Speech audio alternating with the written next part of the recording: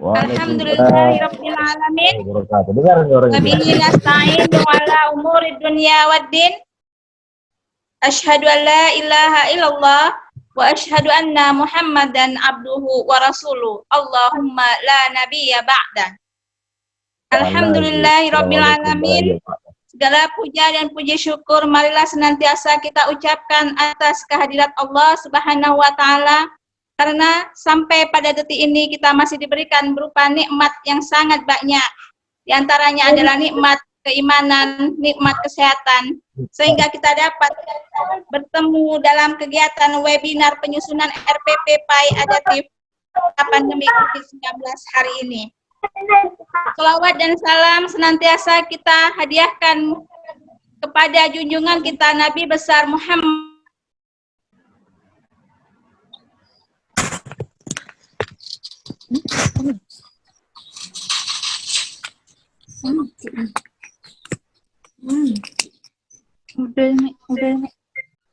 Itu yang saya hormati Bapak Kepala Bidang Pakis Kanwil Kementerian Provinsi Sumatera Utara Haji Abdul Azim MA. Yang saya hormati Bapak Ketua MGMP PAI Provinsi Sumatera Utara. Yang saya hormati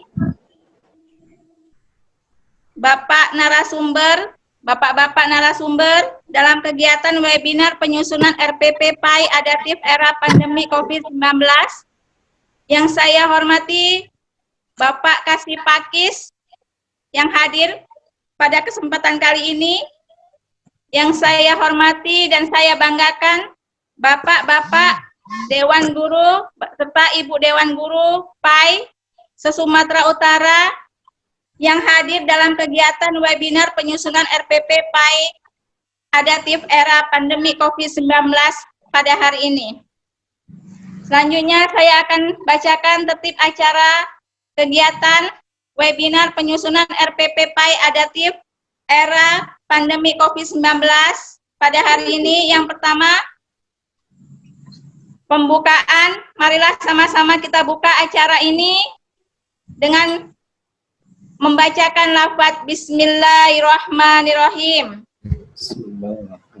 Kemudian selanjutnya adalah acara yang kedua, pembacaan ayat suci Al-Quran yang akan dibacakan oleh Bapak Sugianto SPDI MA. Kemudian kata sambutan yang ketiga adalah kata sambutan. Yang pertama adalah kata sambutan dari Ketua MGMP PAI Provinsi Sumatera Utara yang akan diwakili oleh Bapak Muhammad Amin SAG MPDI. Selanjutnya kata sambutan yang kedua adalah kata sambutan sekaligus pembukaan kegiatan webinar penyusunan RPP PAI Adaptif Era Pandemi COVID-19, yaitu Bapak Kabid Pakis Kanwil Provinsi Sumatera Utara yang akan diwakili oleh Bapak Haji Abdul Azim MA. Dan acara yang keempat adalah doa oleh Bapak Wahyudi MPDI. Dan acara yang kelima adalah penutup.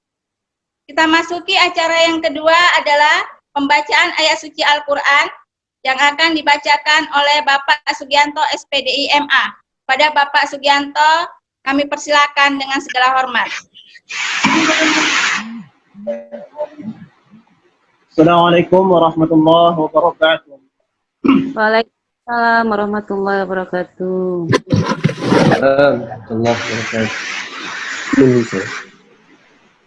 A'udzu billahi minasyaitonir rajim.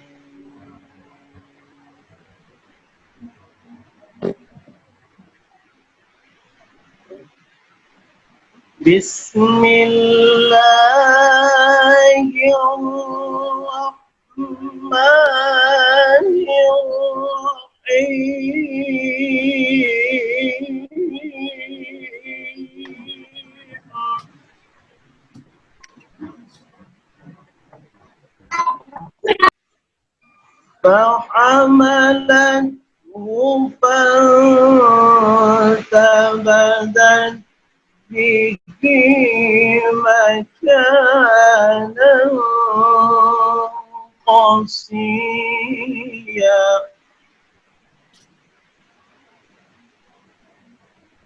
فأجاءها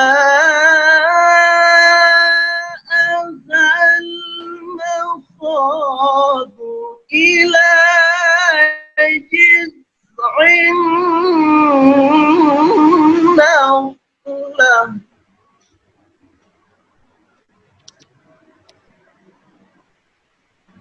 قالت يا ليتني مت قبل هذا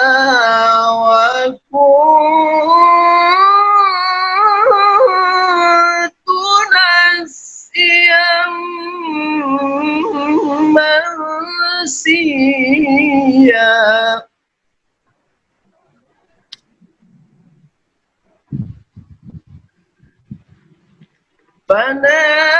فناداها من تحتها ألا تحزني قد جعل ربك تحتك سريا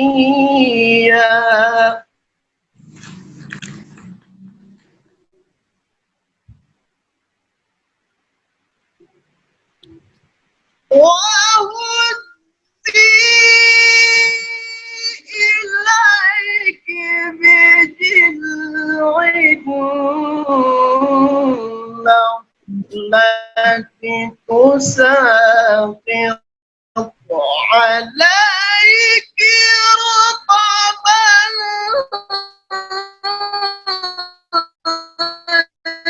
جنيا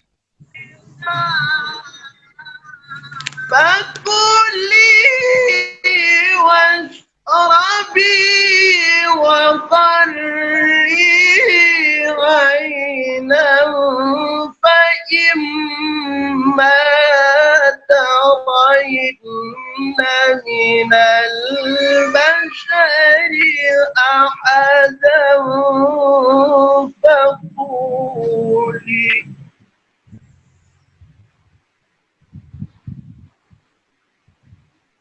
فقولي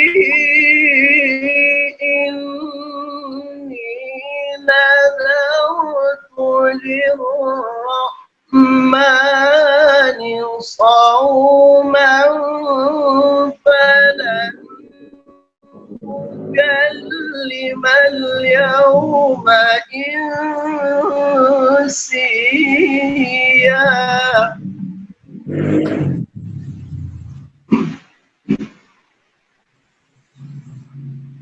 فأتت به قومها تحمله قالوا يا مريم لقد جئت شيئا فريا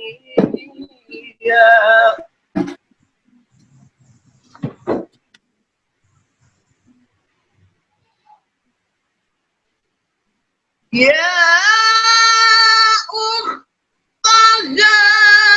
هارون ما كان أبوك امرأ سوء وما كانت أمك بغيا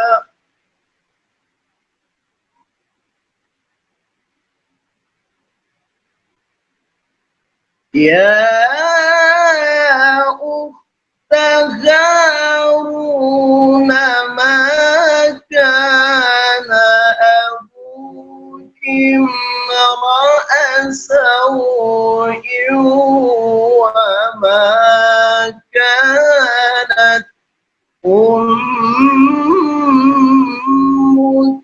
بغيا صدق الله العظيم. Assalamualaikum warahmatullahi wabarakatuh. Waalaikumsalam warahmatullahi wabarakatuh.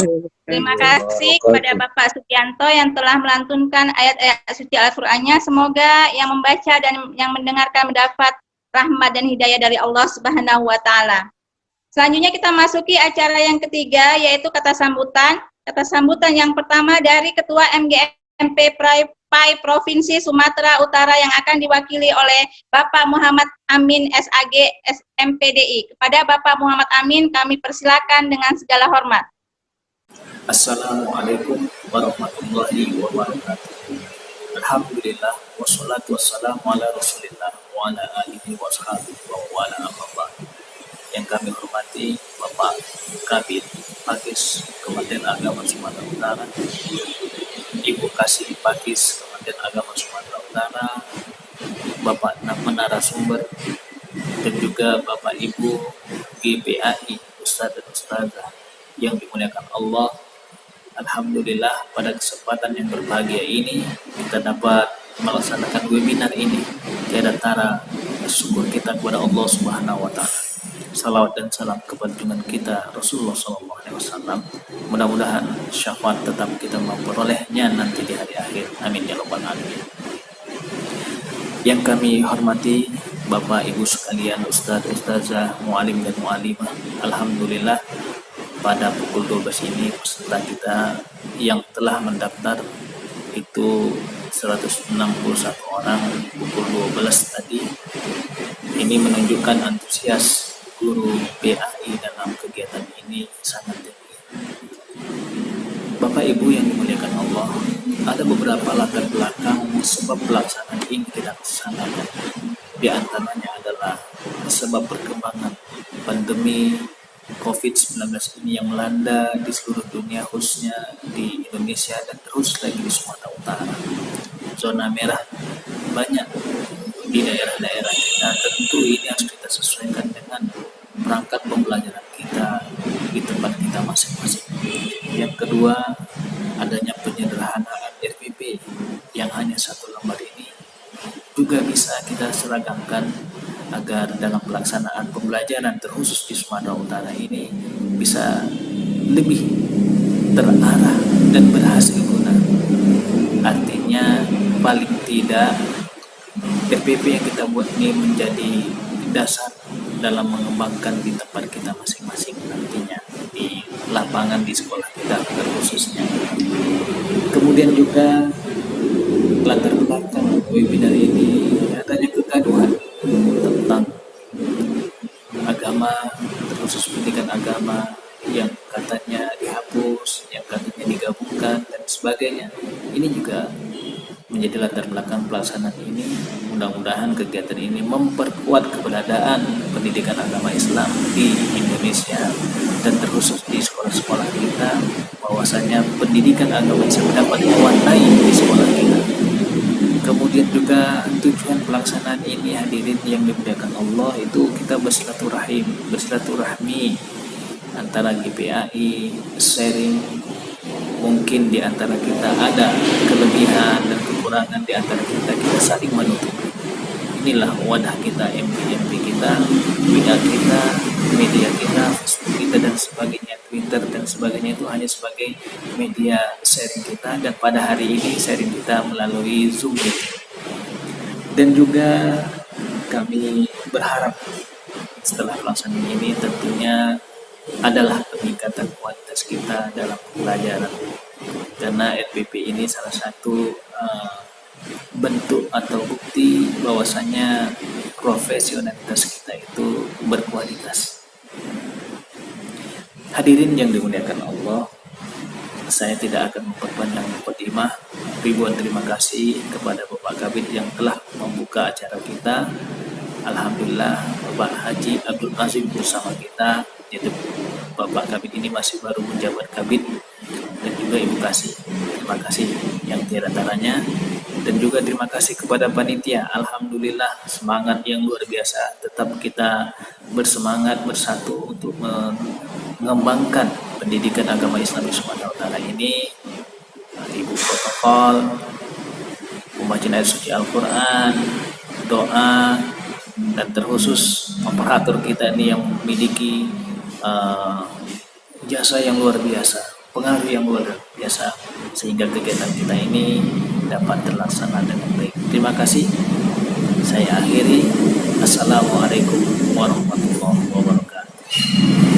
Maka kita lanjutkan pada kata sambutan yang kedua, yaitu dari Bapak Kabid Pakis Kanwil Provinsi Sumatera Utara, sekaligus membuka kegiatan webinar penyusunan RPP PAI Adaptif Era Pandemi COVID-19 yang akan diwakili oleh Bapak Haji Abdul Azim MA. Kepada Bapak kami persilakan dengan segala hormat.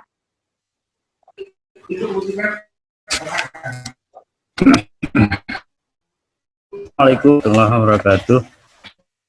Waalaikumsalam warahmatullahi wabarakatuh. Terima kasih kepada seluruh panitia yang telah mengadakan acara Zoom meeting ini dalam kegiatan pelaksanaan dan EP silabus guru-guru yang ada di Sumatera Utara.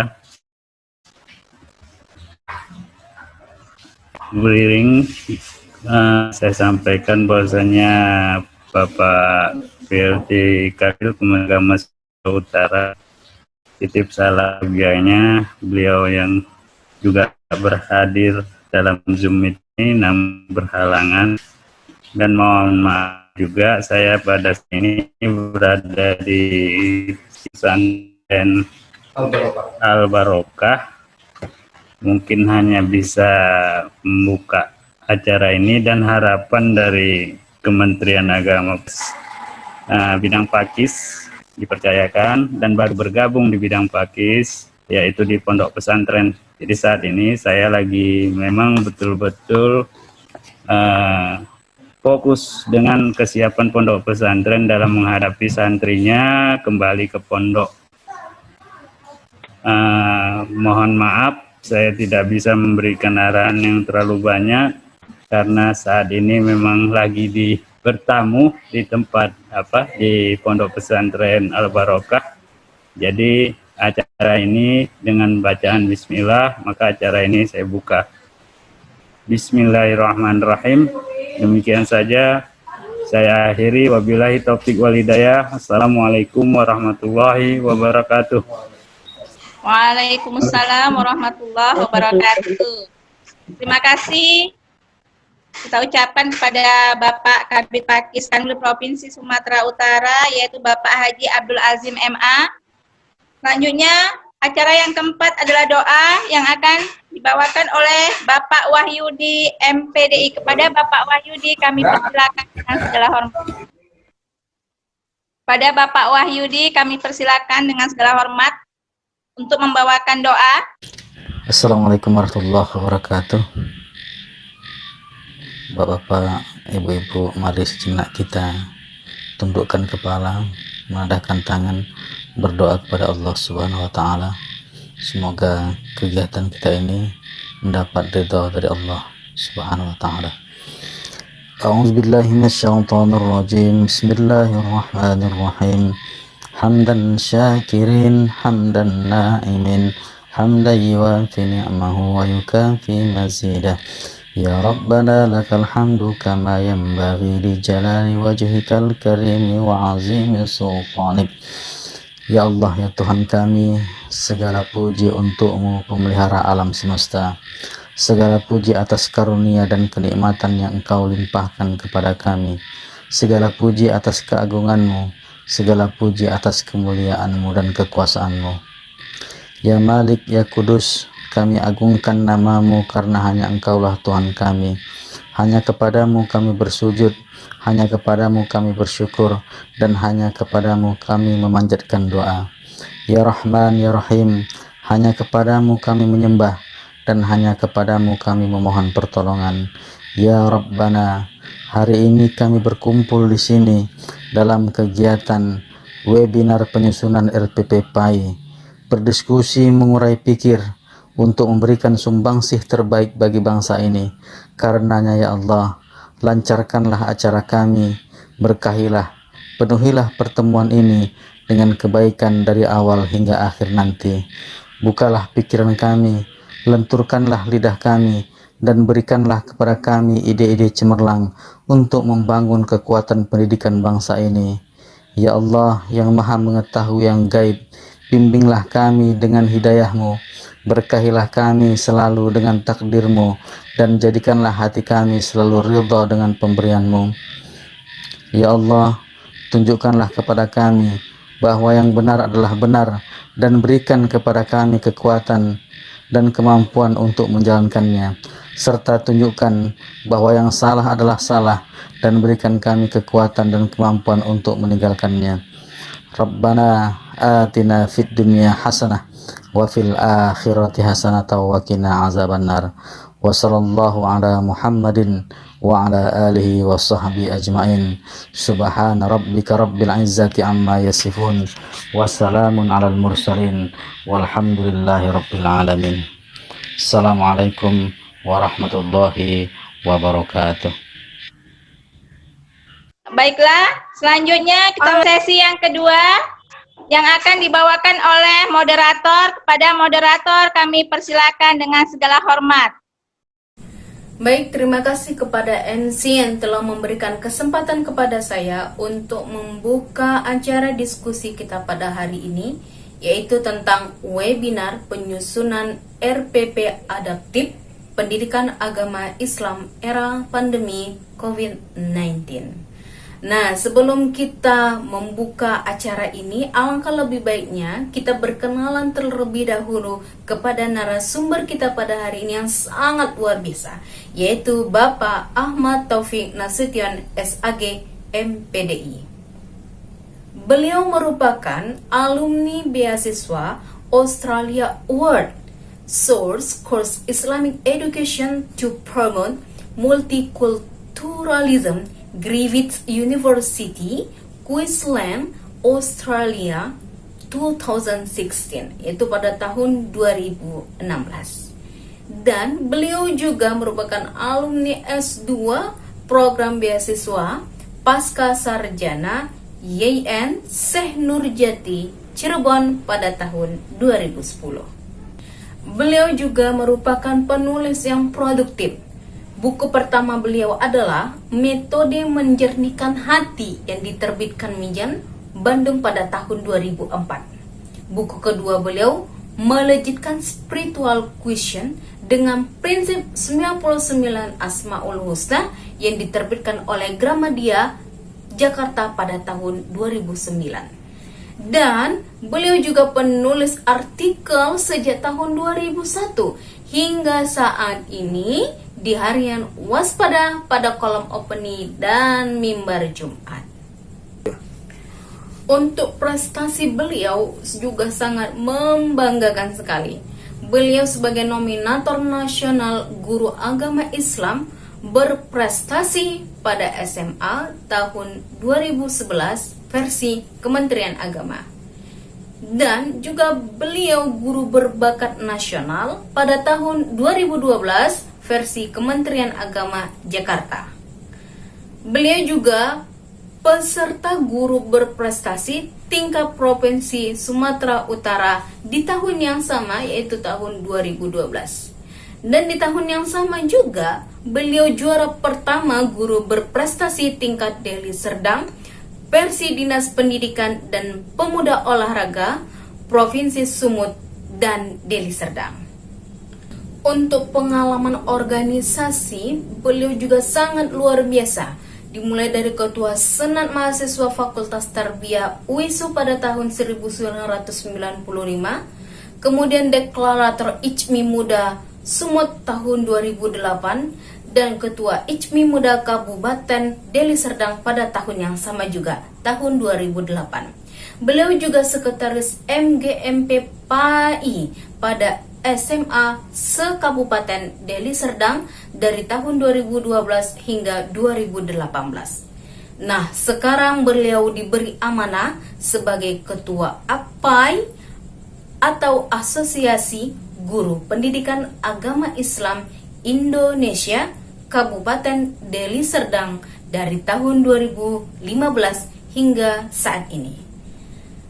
Beliau sekarang bertugas di SMA Negeri 2 Lubuk Pakam sebagai guru pendidikan agama Islam. Terima kasih, Bu.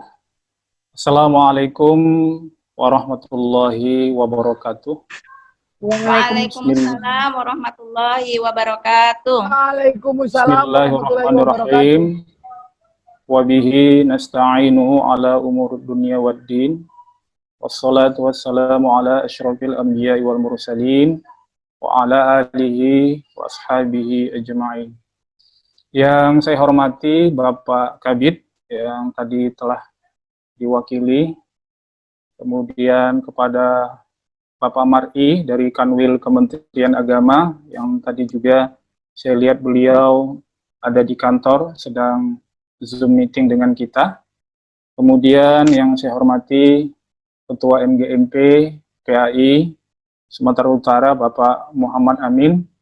Beliau tadi memang sudah kontak saya, ada kendala teknis di ikon mic beliau. Beliau sudah memberi tanda hijau di ikon mic-nya, tapi juga tidak bisa masuk. Sama seperti saya Bapak Ibu, ikon video saya juga dalam keadaan hijau, tapi cukuplah foto saya Bapak Ibu, alhamdulillah bisa tampil di depan Bapak Ibu sekalian. Baiklah Bapak Ibu sekalian, semuanya yang saya banggakan. Materi saya Bapak Ibu, saya akan persingkat, karena waktu kita sangat terbatas. Saya sudah menyiapkan Bapak Ibu PowerPoint, nanti akan saya share di WA, dan juga saya telah menyiapkan PowerPoint dalam bentuk video, dan nanti akan saya bagikan di grup WA. Bapak dan Ibu, tema saya adalah RPP, Rencana Pelaksanaan Pembelajaran Bapak Ibu, sesuai dengan Surat Edaran Menteri Pendidikan dan Kebudayaan nomor 14 tahun 2019. Diterbitkan Bapak Ibu bulan Desember yang lalu. Jadi walaupun tahunnya tahun 2019, jadi sebenarnya dia baru 6 bulan. Dan Bapak Ibu, kalau kita menggunakan surat edaran ini, jadi sebenarnya yang ada adalah menyesuaikan Bapak Ibu.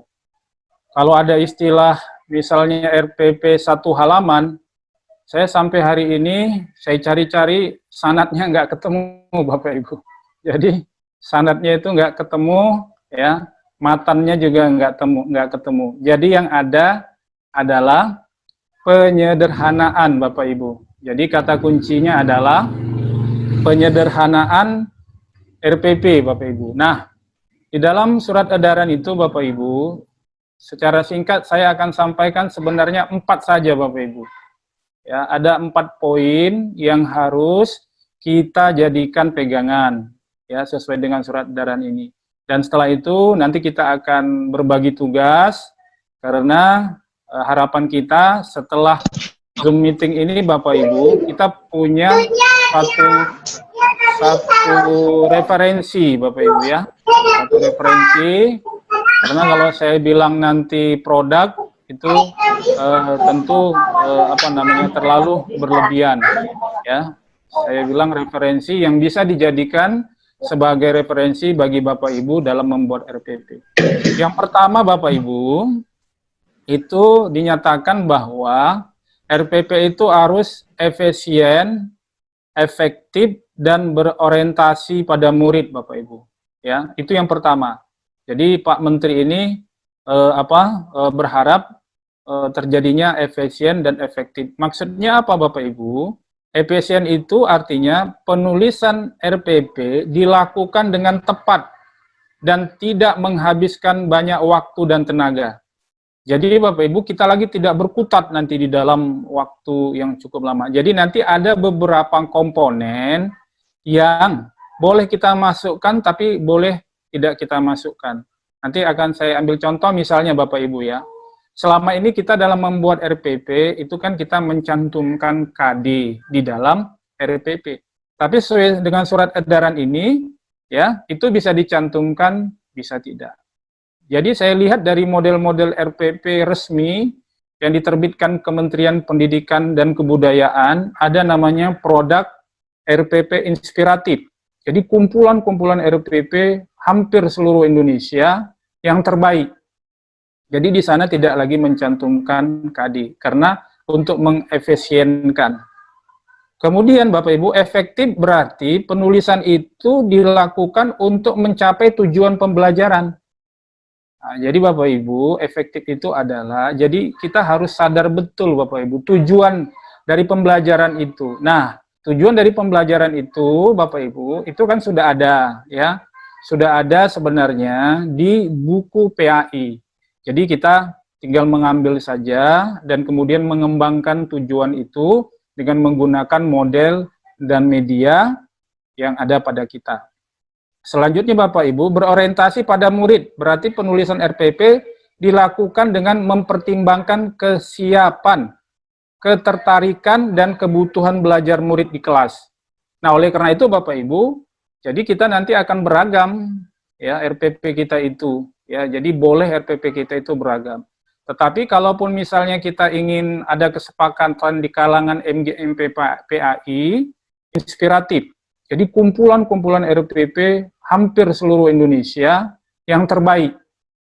Jadi di sana tidak lagi mencantumkan KD karena untuk mengefisienkan.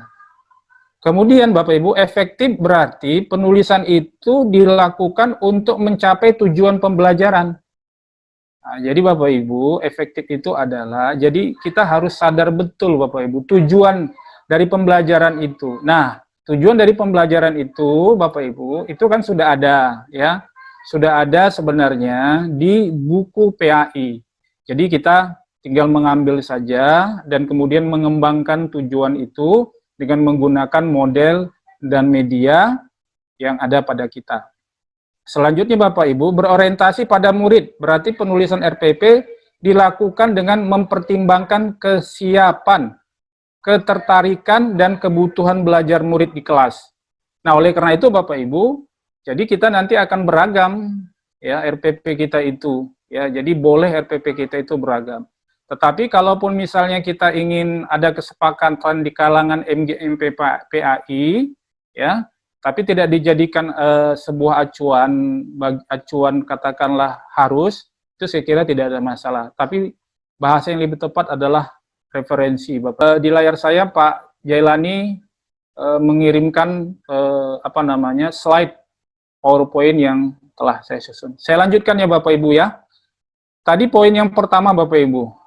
Sekarang saya masuk kepada poin yang berikutnya, yaitu poin yang kedua. Pak Jailani bisa masuk terus slide berikutnya Pak Jailani. Ya, terima kasih Pak Jailani, masuk slide berikutnya. Ini slide kedua Pak Jailani. Oke, ya. Sekarang saya berada Bapak Ibu di slide ketiga ini. Tinggal lanjut Pak Jailani. Saya masuk kepada poin yang kedua Bapak Ibu, bahwa komponen wajib RPP itu Bapak Ibu ada 3 komponen wajibnya. Apa itu yang 3 itu? Yang pertama adalah tujuan pembelajaran. Ya, ini Bapak Ibu kita masuk kepada yang nomor 2. Ya, ini ada 3, 1 tujuan pembelajaran. Ya, kemudian yang berikutnya adalah kegiatan pembelajaran atau langkah-langkah pembelajaran. Dan yang ketiga adalah Bapak Ibu penilaian, ya. Nah, Bapak Ibu, yang 3 ini adalah merupakan komponen wajib. Ya, jadi selama ini kan ada kurang lebih 13 komponen. Jadi ini saja Bapak Ibu, ya, yang wajib ini harus dimasukkan. Nah, komponen-komponen lain itu ya, kalau ini wajib berarti komponen lain itu ya hukumnya sunat lah Bapak Ibu. Boleh dimasukkan, boleh tidak dimasukkan. Kemudian Bapak Ibu, poin yang ketiga ya masih berada di slide yang ketiga. Di poin yang ketiga ini kita bebas Bapak Ibu mengembangkan format. Ya. Jadi ini di dalam surat Perdana Menteri bebas mengembangkan format. Format yang dimaksud Bapak Ibu di sini adalah selama ini kita ada yang membuat pakai tabel Bapak Ibu. Ada yang membuat deskriptif.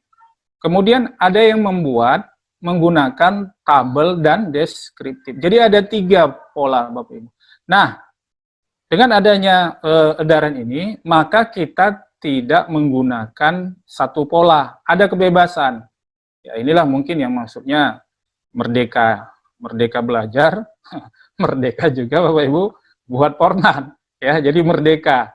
Nah, jadi bisa saja Bapak Ibu nanti mengkombinasikan RPP itu. Saya beberapa hari yang lalu dikirimkan satu RPP dari teman di SMA, di grup WA SMA SMK Pusat. Itu RPP-nya Bapak Ibu, dia kelihatannya mengadopsi dari RPP yang berasal dari Australia. Boleh saja Bapak Ibu, ya. Dia adopsi dari Australia, tetapi Bapak Ibu, ya, komponen yang 3 tadi wajib dicantumkan. Nanti akan saya share Bapak Ibu bagaimana contoh-contoh dan model-model RPP yang direkomendasikan oleh Kemdikbud dalam sebuah produk buku yang namanya RPP Inspiratif. Lalu Bapak Ibu yang ketiga, maaf Bapak Ibu ya, yang keempat ya, yang keempat yang sudah dibuat itu dapat digunakan ya, atau disesuaikan dengan efisien, efektif dan berorientasi pada peserta didik. Yang keempat itu.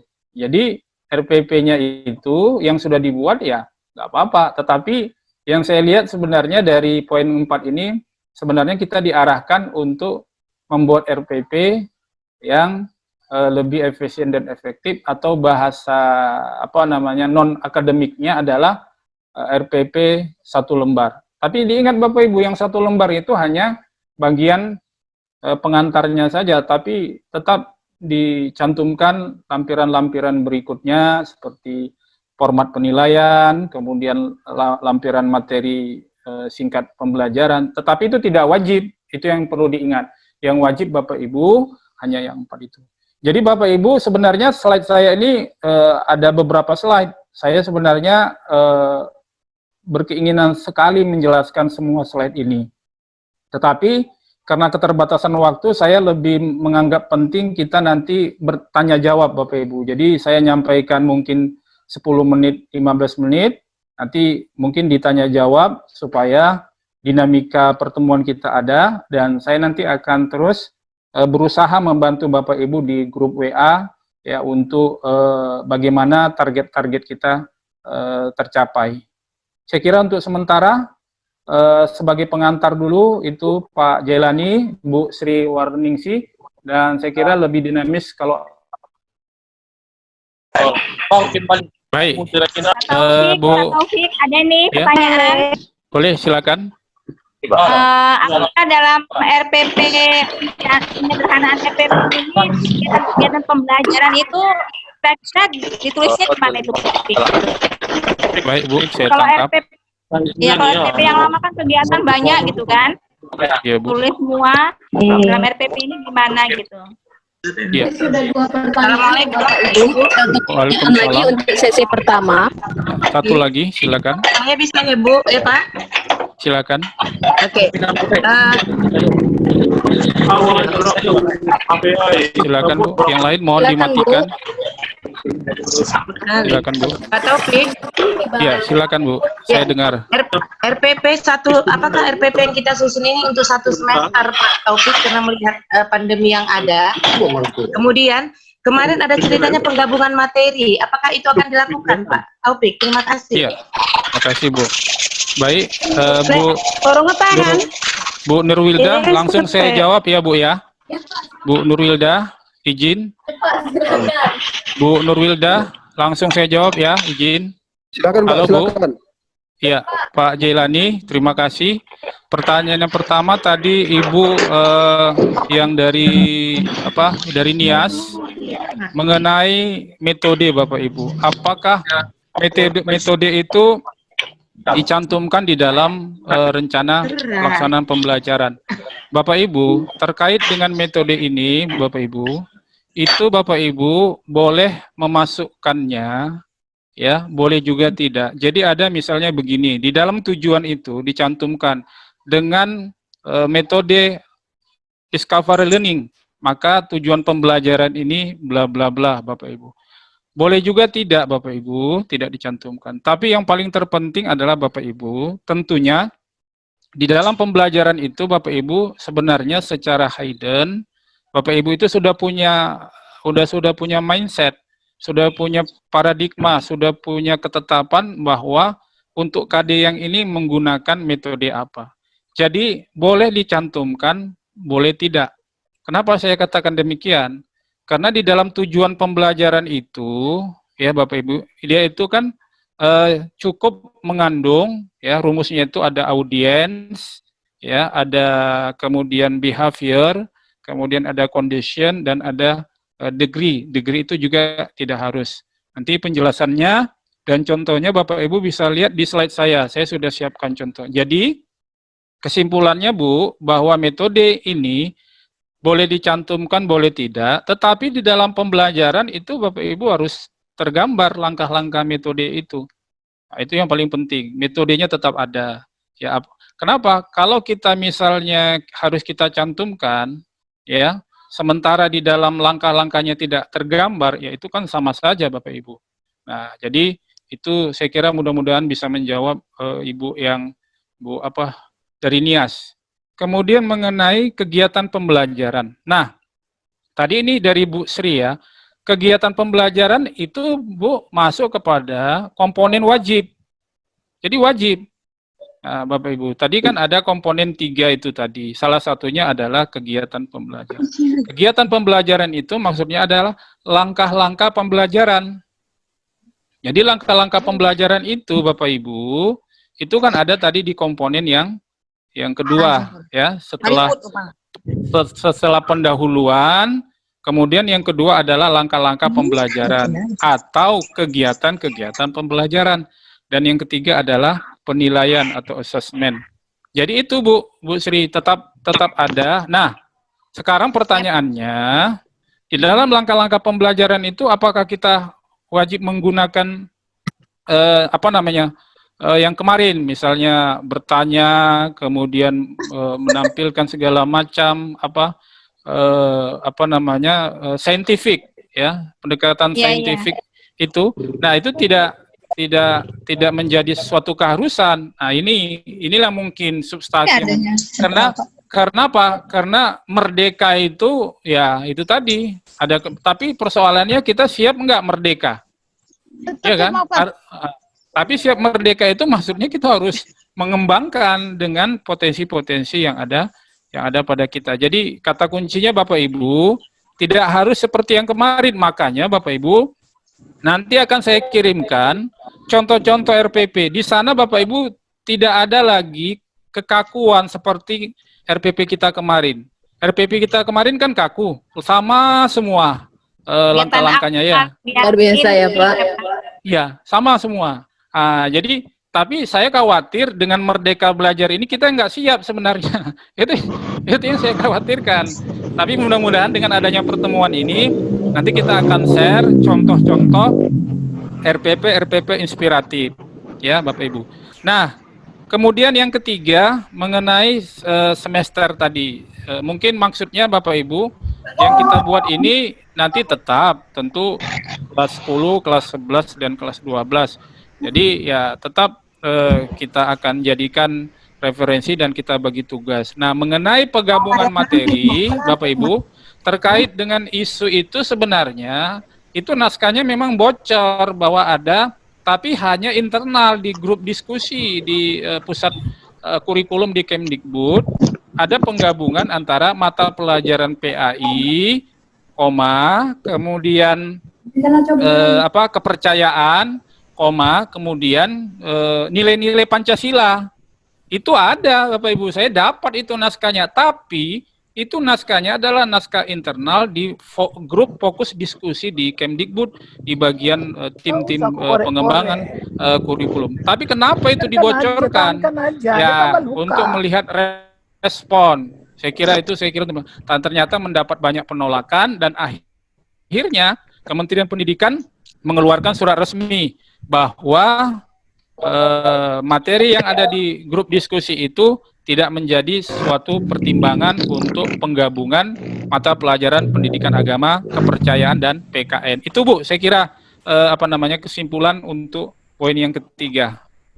Kira-kira ada Ada, kalau misalnya poin pertanyaan 1, 2, dan 3 ini, ya, Ya Bu.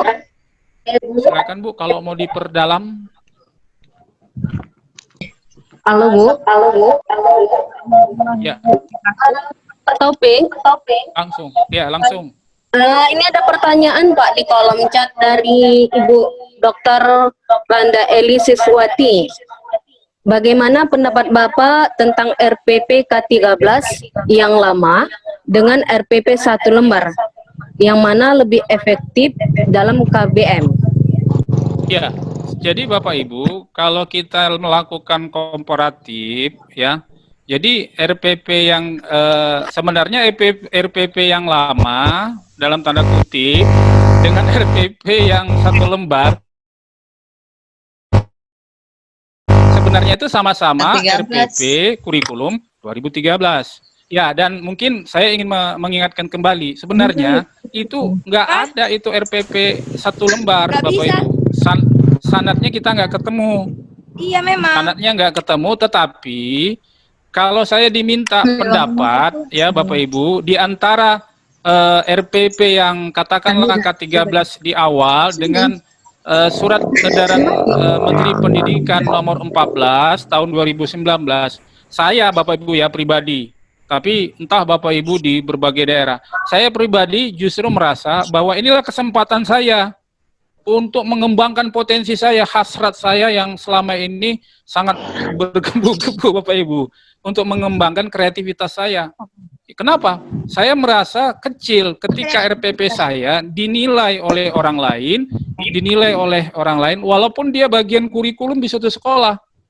Ya, saya merasa bahwa RPP saya jauh lebih baik dari RPP katakanlah maaf Ibu. Tetapi karena saya harus dipaksa dalam format dan kerangka yang didesain oleh kurikulum di sekolah, saya merasa lebih menjadi kecil saya.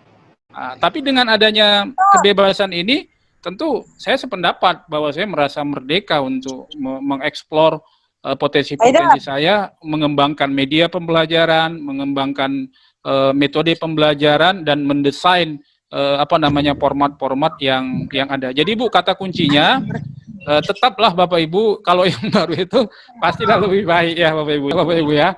Jadi saya kira posisi kita adalah posisi siap untuk mengembangkan RPP berdasarkan surat edaran Menteri Pendidikan. Saya kira itu Bu, jawaban saya yang bisa saya jawab. Oke Bapak Ibu, terima kasih Pak Taufik atas penjelasannya. Baik, saya akan buka sesi kedua untuk pertanyaan yang kedua. Yang pertama tadi telah dipaparkan oleh Pak Taufik, bagaimana perbedaan antara RPP K13 dengan RPP yang 1 lembar. Baik, di sesi kedua ini, untuk penanya kedua, saya persilakan kepada Bapak Ibu agar kita lebih paham tentang pembuatan RPP di era pandemi COVID-19 yang disebutkan oleh Bapak pemateri tadi, RPP yang merdeka ya Pak ya. Ya, Ibu, Assalamualaikum warahmatullahi wabarakatuh. Silakan. Yang Sri Dayanti Sihombing dari SMP Negeri 1 Batang Toru. Saya ingin menanyakan, apakah evaluasi di dalam RPP 1 lembar ini sama dengan evaluasi di K13 yang lalu, yaitu sikap, sosial, religius, yang kami merasa ribet gitu loh Pak, karena banyak lembaran-lembarannya. Apakah hanya 2 saja, yaitu pengetahuan atau keterampilan, dan sikap? Ya, udah oke Pak. Bu, saya udah tangkap. Saya kira, mohon maaf Bu, langsung saya jawab ya Bu ya, karena saya khawatir ya waktunya nggak cukup. Terima kasih, karena saya khawatir tidak cukup karena pertanyaannya sangat penting.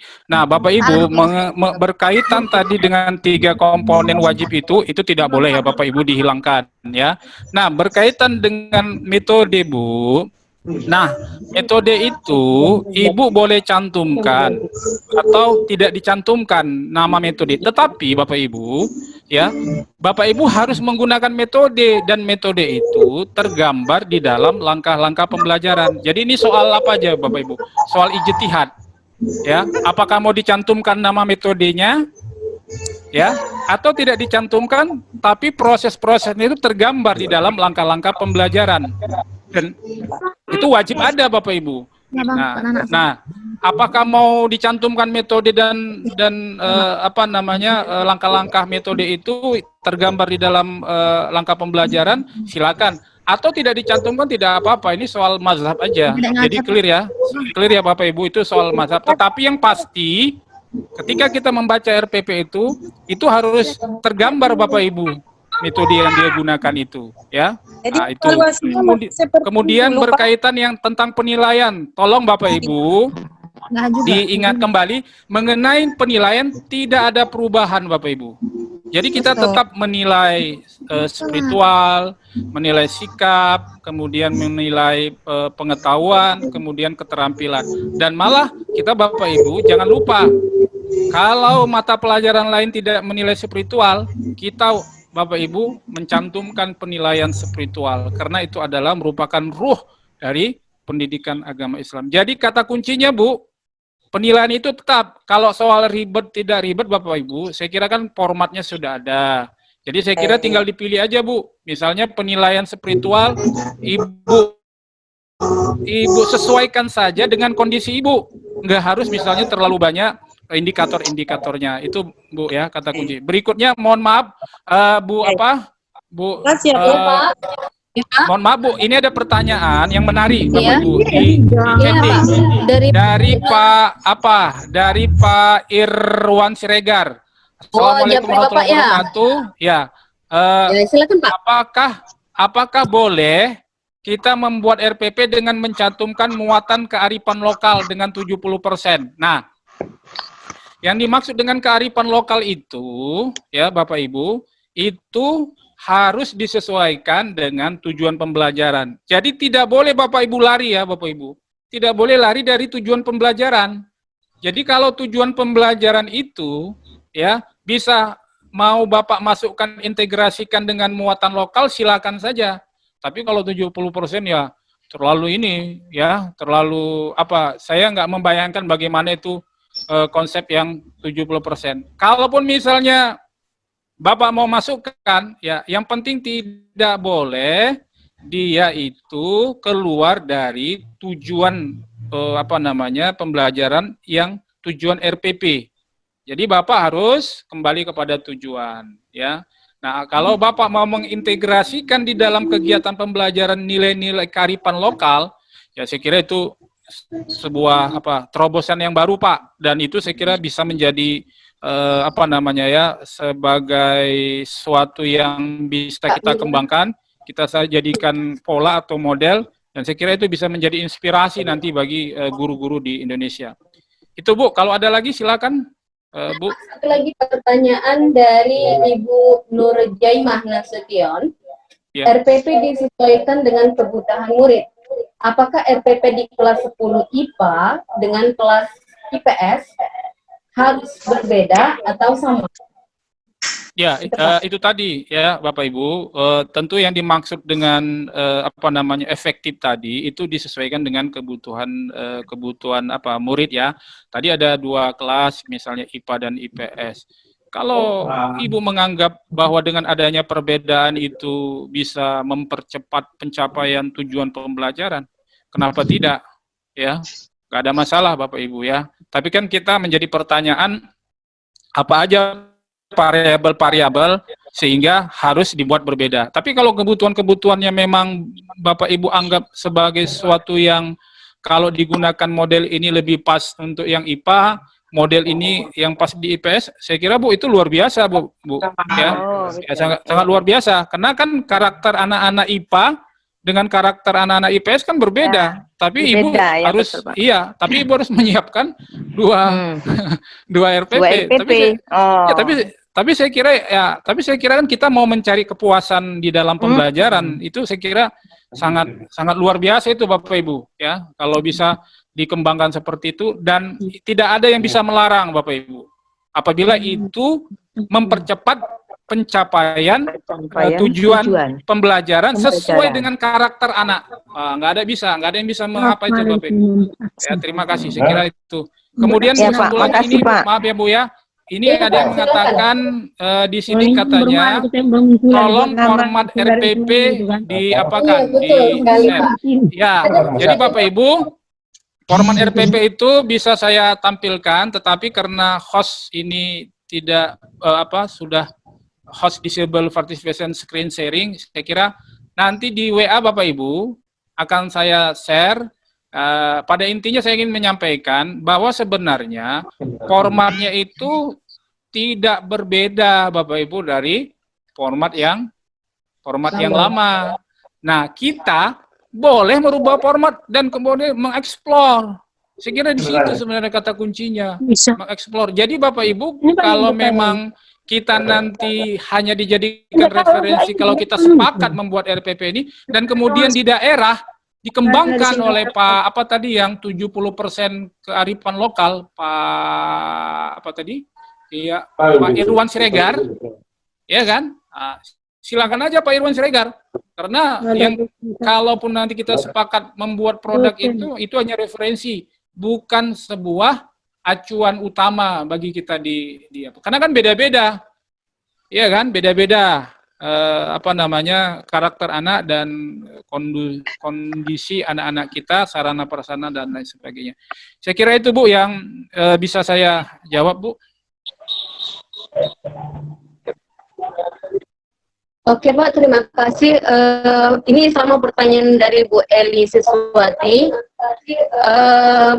Kalau bisa Pak Taufik, contoh RPP yang simple, efektif bisa dibagikan ke peserta webinar melalui panitia.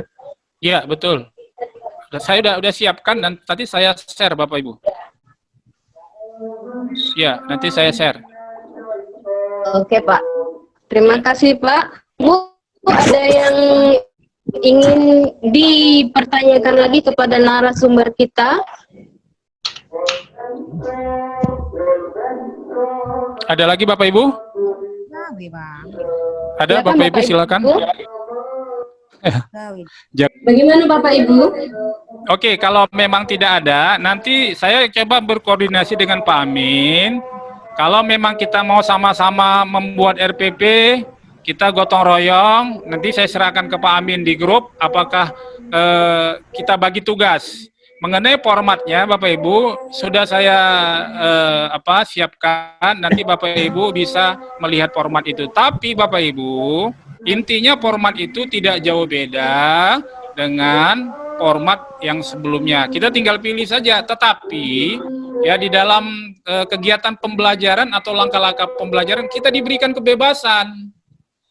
Nah, di situ kata kuncinya Bapak Ibu ya. Begitu Bu. Kebebasan itu maksudnya seperti apa Pak? Ya Bu. Saya tangkap tadi kebebasan. Ya, kebebasan ya. Iya Bu. Kebebasan yang dimaksud kebebasannya adalah itu maksudnya dalam kebebasannya begini Bu. Selama ini kita kan diminta membuat langkah-langkah yang sama kan Bu, langkah-langkahnya. Yaitu saintifik itu, langkah-langkahnya sama. Tetapi dengan adanya surat edaran ini, maka kita boleh membuat langkah-langkah di dalam pembelajaran itu yang berbeda, kita sesuaikan dengan metode yang kita pilih dan kita sesuai dengan karakter anak Bapak Ibu. Nah, nanti tolong saya diingatkan, nanti saya akan share satu produk yang sudah direkomendasi oleh Kementerian Pendidikan, namanya adalah RPP Inspiratif, mulai dari SD, SMP, SMA. Nanti Bapak Ibu bisa lihat RPP yang si A, langkah-langkah pembelajarannya ya di kegiatan intinya berbeda dengan si B, berbeda dengan si C, berbeda dengan si D. Ya, baik itu formatnya Bu, ya tata letak formatnya, baik apa namanya, bahkan ada Bu RPP yang dia cuma di langkah-langkah itu Bu 4 baris. Dia 4 baris Bu, tapi yang 4 baris itu mencerminkan ya metode yang akan dia buat. Nah, jadi sebenarnya Bu, mungkin persoalannya adalah bagaimana di dalam otak kita ini sudah tergrand design langkah-langkah pembelajaran yang bisa kita kembangkan di kelas dengan ya metode yang sudah ada pada kita, boleh dicantumkan boleh tidak, dan media yang sudah kita pilih.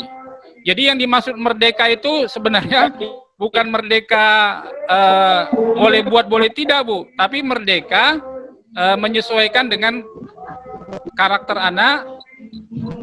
Kemudian ini langkah-langkah ini bisa mempercepat penyampaian tujuan pembelajaran. Saya kira itu Bu ya. Jadi merdeka yang dimaksud adalah itu pemahaman dari RPP yang sudah saya pelajari, yang baru diterbitkan oleh Kementerian Pendidikan dan Kebudayaan. Saya kira itu Bu. Oke, baik. Terima kasih Pak Taufik telah menjelaskan tentang RPP yang sesuai dengan kondisi kita pada saat ini, yaitu RPP inspiratif yang diterbitkan oleh Kementerian. Mudah-mudahan RPP inspiratifnya bisa di-share di grup WA. Siap. Formatnya itu seperti apa ya Pak? Iya, siap. Ada lagi Ya. Bapak Ibu? Baik Bapak Ibu, kalau tidak ada pertanyaan lagi, kita tutup Zoom meeting kita pada hari ini. Kalau ada, saya persilakan.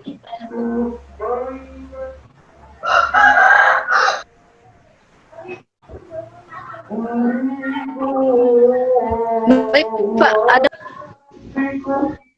Ya, jadi kalau ingin kita memakai kata kreatif, ya, kalau di dalam surat edaran itu kan efisien, kemudian efektif, kemudian kata kuncinya adalah, kalaupun misal menambahkan kreatif, boleh saja Bapak Ibu, ya, bagaimana kreativitas kita itu bisa membantu tetap ketercapaian tujuan pembelajaran. Jadi di sana Bapak Ibu, jadi boleh. Ya, jadi boleh Bapak Ibu kreatif, dan inilah mungkin esensi daripada surat edaran itu. Ini esensinya Bu. Kata kuncinya adalah kita mungkin bahasanya, mungkin kalau merdeka memang agak sedikit apa ya, bombastis. Mungkin bisa dikatakan pengembangan lah. Ya, pengembangan baik itu model pembelajaran, kemudian media pembelajaran, dan kemudian kita kemas dengan apa namanya, pola-pola yang kreatif untuk mencapai tercapainya tujuan pembelajaran. Saya kira kalau ini kita pahami, dahsyat Bapak Ibu, ya, dahsyat sekali. Ya, kita akan apa namanya, bisa apa namanya, mengembangkan ini, dan kemudian cepatnya tercapai tujuan pembelajaran. Saya kira kualitas pendidikan kita, saya kira bisa apa, meningkat dan berubah. Saya kira itu Bu. Bu Sri Warningsi. Oke. Bu. Baik, Assalamualaikum warahmatullahi wabarakatuh.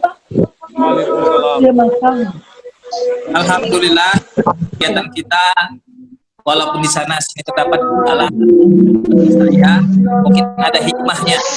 Apakah ini ke depan kita buat lagi nih Bapak-bapak, Ibu-ibu sekalian?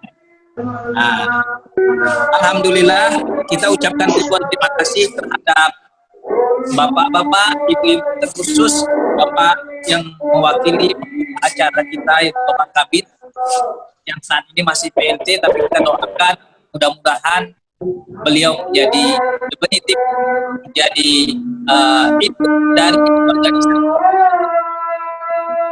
Kawan-kawan sekalian yang saya muliakan, alhamdulillah acara kita telah berlangsung.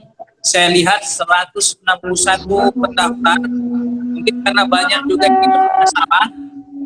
Alhamdulillah. Jadi saya ucapkan terima kasih kepada Bapak-bapak, Pak Taufik yang sudah berikan ilmunya kepada kita semua.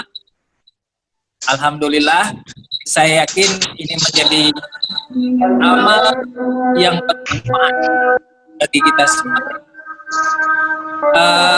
Bapak-bapak sekalian, ilmu yang telah kita topik tadi mudah-mudahan bisa kita terapkan di kita masing-masing, dan ke depannya dalam situasi pandemi COVID-19 ini kita buat kegiatan kita insyaallah yang lagi ke depannya, ya.